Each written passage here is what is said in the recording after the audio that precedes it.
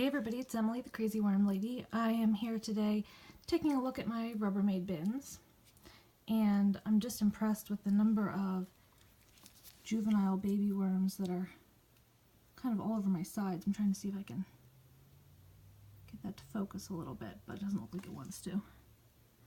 But all along this inside you can see baby worms down in here. Up around the edges. There's a good number of them. But these are the bins that we are letting finish up. I had some asparagus tops. And there's a few leftover larger piece scraps in here as well.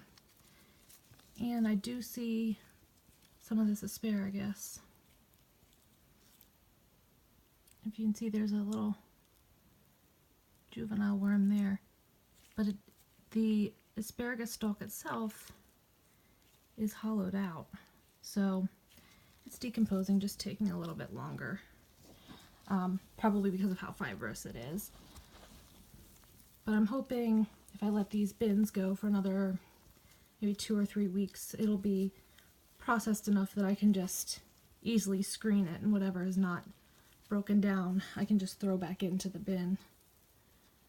But there's some pretty big worms in here. So they're definitely looking good. So let me poke into another bin and we'll see what's going on there.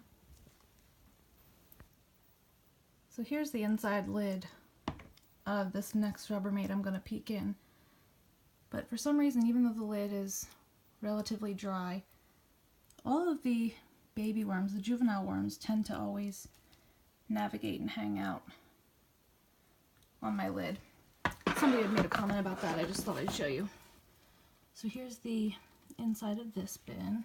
Haven't taken a peek at this thermometer in a while. I wonder what the temperature is, because it's like 10 degrees outside, but it's heated in this house and it's set, it looks like about 70 degrees, which is perfect. So let's see what we have down here.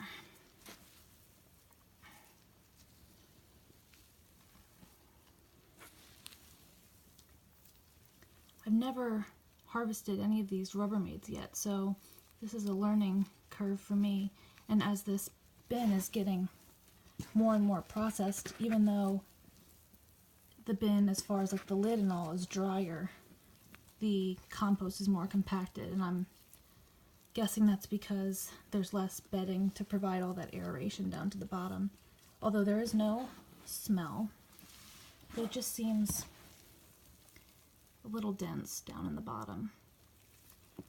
But I think it's going to be great when it comes time to harvest in a few weeks. And over here I'm really not seeing many food scraps. So I think we've gotten to the point where they're pretty much just going to be finishing up the bedding that's in here already. But I am going to probably try to turn this every couple of days just to make sure that it gets well aerated in the bottom so it doesn't get anaerobic, and so that it will remain a good flaky consistency for when we harvest. So I'll take you along to peek at one more bin, and that will be my update for today. So this is what I was talking about when I said that all of these juvenile worms like to crawl the sides. Pretty much any of those little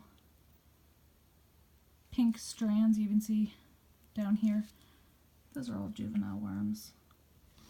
But I was going through here and there's not a whole heck of a lot going on, to be honest. There's definitely worms around, but not kind of in their mass numbers that my worms tend to do when I have a feeding that they're super excited about.